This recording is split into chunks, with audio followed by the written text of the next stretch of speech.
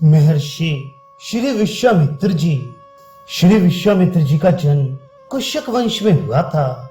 इनके पिता का नाम गाधी था। महर्षि विश्वामित्र की एक बार नंदिनी गाय के लिए श्री वशिष्ठ जी से अनबन हो गई थी। विश्वामित्र जी के समान कठोर तपस्या करने वाले विरले ही होते हैं, परंतु काम और क्रोध के कारण उनका बहुत सा तप नष्ट हो गया। एक बार वे बड़ी उग्र तपस्या कर रहे थे। उस कठोर तप को देखकर देवराज डर गए। उन्होंने मेनका नाम की एक सुंदर अप्सरा को विश्वामित्र जी की तपस्या को भंग करने के लिए भेजा।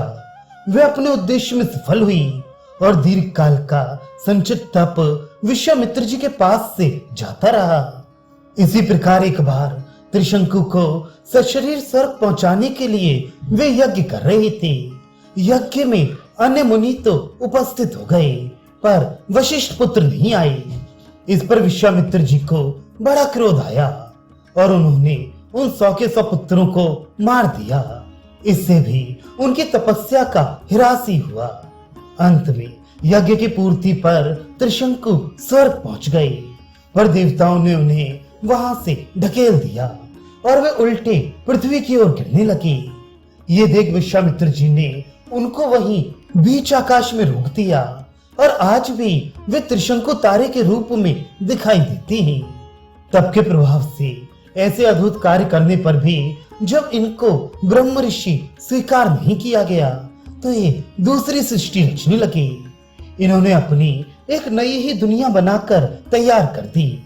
इस अव्यवस्था को देखकर ब्रह्मा जी को बड़ी चिंता हुई और उन्होंने श्री विश्वामित्र जी को ब्रह्म ऋषि स्वीकार कर लिया।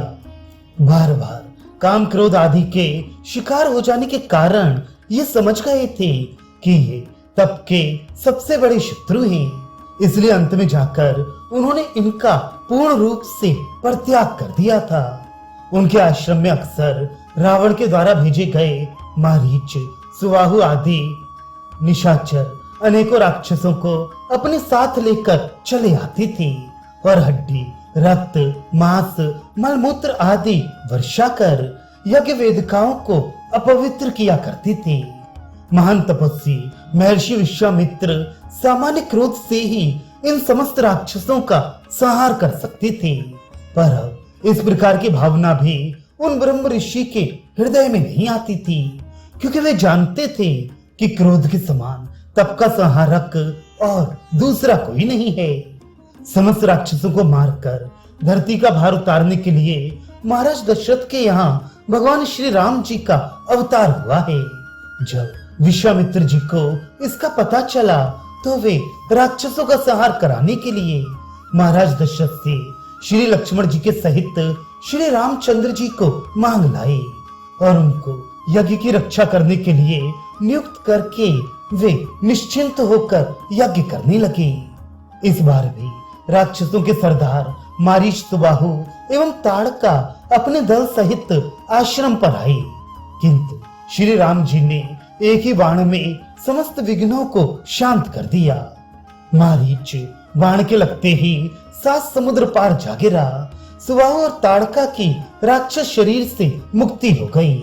श्री राम जी की ये अप्रतिम प्रतिभा देखकर विश्वामित्र जी को उनकी परात्परता का विश्वास हो गया। उन्होंने अनेकों प्रकार के शस्त्र अस्त्र श्री राघवेंद्र को प्रदान किए। कुछ समय बाद श्री जनक सुता के स्वयंवर का समाचार श्री विश्वामित्र जी को मिला। वे श्री राम लक्ष्मण को लेकर वहां गए। श्री राम जी ने उनकी प्रेरणा से धनुष तोड़ा और मैथिली के साथ विवाह किया। वे बारात के साथ अयोध्या आए। वहां पर्याप्त समय तक महाराज से सत्कृत एवं पूजित होकर अपने आश्रम को वापस आ गए। श्री राम जी के वनवास के समय जब जनक जी श्री रघुनाथ जी से मिलने को गए तो विश्वामित्र जी भी उनके साथ गए थे और जब वे लौटे तभी वे वापस आए। इस प्रकार ब्रह्म ऋषि विश्वामित्र जी का समस्त जीवन तप और परोपकार में ही व्यतीत हुआ। वे वेद माता गायत्री के दृष्टा माने जाते हैं।